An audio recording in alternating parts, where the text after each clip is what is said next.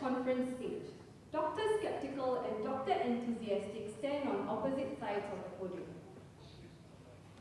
Hi, Dr. Skeptical. Have you just... One more time. Hi, Dr. Skeptical. Have you just seen my latest blog post on Nature Portfolio Community?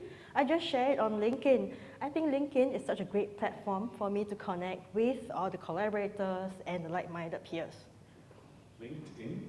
A platform for professional research networking? I'd rather send carrier pigeons for my research updates. Oh no, Dr. Skeptical, you are still living in the Stone Age. LinkedIn is just like a social Swiss Army knife for the researchers. Swiss Army knife? More like a jack of all trades and master of none. I value my privacy, individual and group. Thank you very much. Privacy? Schmivacy? LinkedIn is where the academic party is at. Your research work deserves a red carpet rather than a shadow. Red carpet? Yeah. I don't need a virtual popularity contest. I'll let my publications speak for themselves. Fair point, but imagine you connecting with your collaborators globally, finding that missing link or point from your research.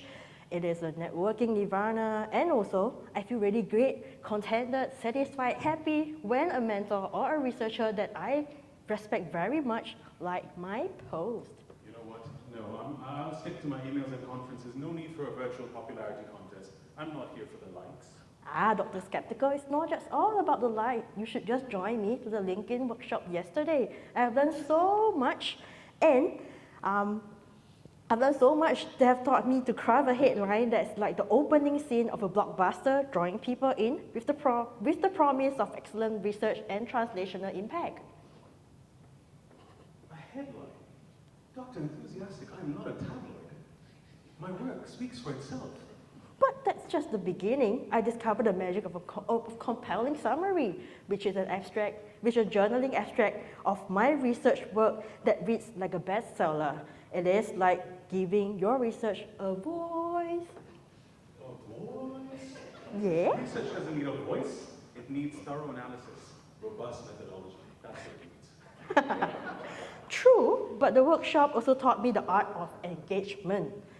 Interacting with fellow researchers, sharing insights, participating in intellectual banter, like what we are doing now, is like dancing in a scholarly platform on LinkedIn stage.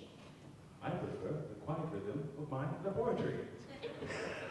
And hashtag and mention, oh, Dr. Skeptical, we shouldn't underestimate the power of well-played hashtag and mentioning of our colleague or collaborators.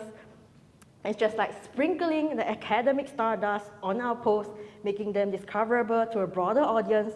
And I have heard one of our fellow researcher has recently been contacted by China News Asia. Do you know about China News Asia? I will stick to my peer-reviewed journals, thank you very much. Anyway, LinkedIn is a dynamic stage where researchers can now shine brighter than ever before. With a captivating headline, some good photos, videos, and engaging summary that talks about ETC, which stands for Your Excellent Research, Translational Impact, and Collaboration, we as a researcher can now transform our academic journey into captivating narrative and inviting others to join our exciting, insightful research adventure like never before. Very well, Dr. Enthusiastic, you've convinced me. I will join this workshop and see what all this fuss is about. Thank you.